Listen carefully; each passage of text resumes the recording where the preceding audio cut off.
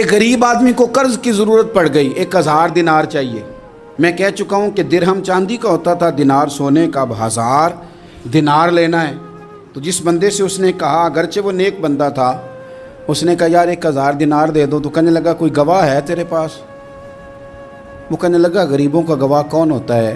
हाँ एक गवाह है। कहा कौन? का मेरा रब, वो तेरे और मेरे बीच गवाह है। उसने कहा कोई कफील, अगर तू पैसे ना दे सके तो वो बाद में दे दे, या तुझे कुछ हो जाए तो वो दे दे। उसने कहा कफील भी मेरा अल्लाह ही है, मेरे पास अगर है तो रब करीम का नाम है, अगर एतमाद कर सकता है तो कर ले। बंदा नेक था, उसने कहा रब के नाम पे, रब की किफालत पे, अल्लाह को गवाह बना के मैं तैयार हूँ तुझे 1000 देने को। उसने 1000 दिनार दे दिया। वक्त वापसी का तय हो गया, वो चला गया पैसे लेके। उसने पूरी मेहनत की कि मैंने वक्त पे पैसे लौटाने, पूरी मेहनत भी कर ली, अल्लाह ने मदद भी कर दी, पैसे भी उस तारीख को उसे मिल गए। बाद लोगों का तो लौटाने का दिल ही नहीं होता।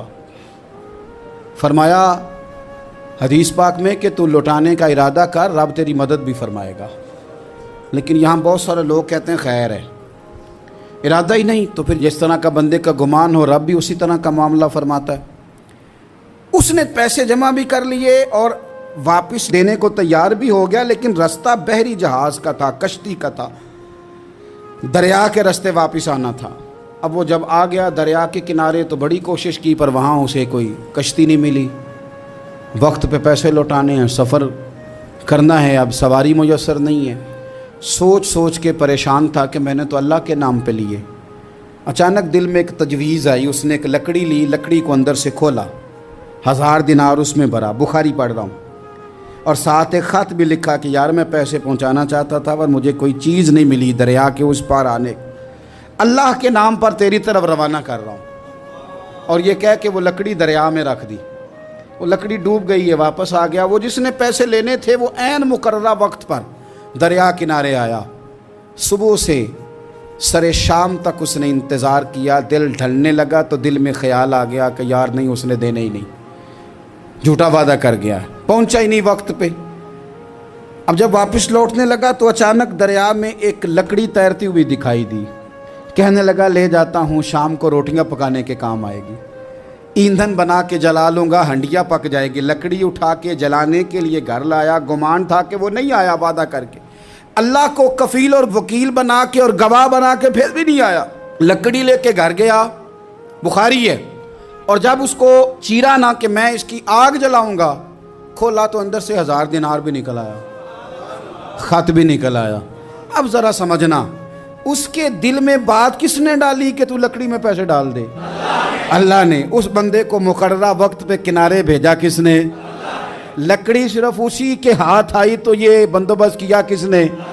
अल्लाह ने। घर जाके चीरी तो पैसे बाहिफाजत उस तक पहुँचाए किसने?